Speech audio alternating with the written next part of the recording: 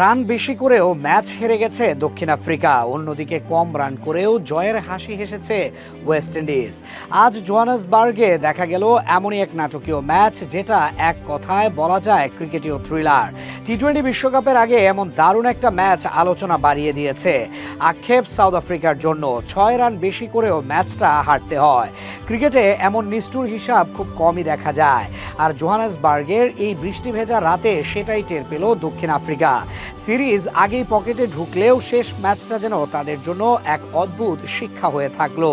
আসলে দক্ষিণ আফ্রিকার ভাগ্যটাই এমন, ক্রিকেটে যত অঘটন আছে সব তাদের সাথেই ঘটে।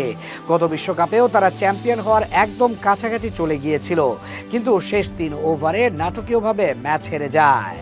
এবার ঘটলো আরও অদ্ভুত ঘটনা, রান বেশি করেও তারা ম্যাচ হেরে গিয়েছে। তবে এবার এত দোষের কিছু নয়, এবারের কারণ বৃষ্টি আইন। বৃষ্টির দিনে স্কোরবোর্ডে এগিয়ে থাকলে শেষ কথা বলা যায় না, বিশেষ করে যখন ডিএলএস নামের অদৃশ্য সমীকরণ মাঠে নেমে আসে। বৃষ্টির কারণে ম্যাচের ছন্দ বারবার ভেঙেছে। শুরুতে 16 ওভারের খেলা, তারপর আবার কমে 10 ওভার। এই অনিশ্চয়তার মাঝেই ওয়েস্ট ইন্ডিজ ব্যাট হাতে দেখিয়েছে পুরনো ক্যারিবিয়ান সাহস। শাই হোপ আর শিমরন হেটমায়ার দুজন মিলে ইনিংসটা এমনভাবে গড়েছেন যেন প্রতিটা বলেই ঝুঁকি আর আত্মবিশ্বাসের মিশেল। দুজনের 48 করে রান, আর মাঝখানে আকাশে ওড়া ছক্কাগুলো, সব মিলিয়ে মাত্র 10 ওভারের ম্যাচেও দর্শকদের জন্য ছিল পূর্ণ বিনোদন। 114 রানের পুঁজি খুব বড় কিছু না হলেও এই পিচ আর এই পরিস্থিতিতে সেটা হয়ে দাঁড়ায় লড়াই করার মতোই। ডিএলএস এর হিসেবে দক্ষিণ আফ্রিকার লক্ষ্য দাঁড়ায় 125। কাগজে কলমে সহজ মনে হলেও বাস্তবে গল্পটা ছিল আলাদা।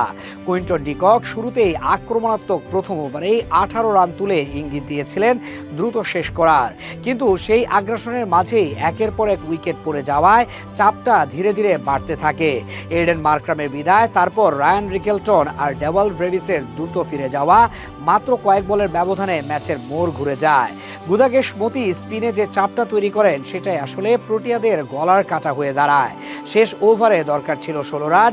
এমন পরিস্থিতিতে দক্ষিণ আফ্রিকার ড্রেসিং রুম নিশ্চয়ই ভাবছিল এটা তো তাদের চেনার কাজ, কিন্তু শেমার জোসেফের ইয়র্কার, নার্ভের টানাপোড়েন আর সময়ের সঙ্গে পাল্লা দিতে না পারা, সব মিলিয়ে শেষ 2 বলে হিসাবটা নেমে আসে অসম্ভবের কাছাকাছি।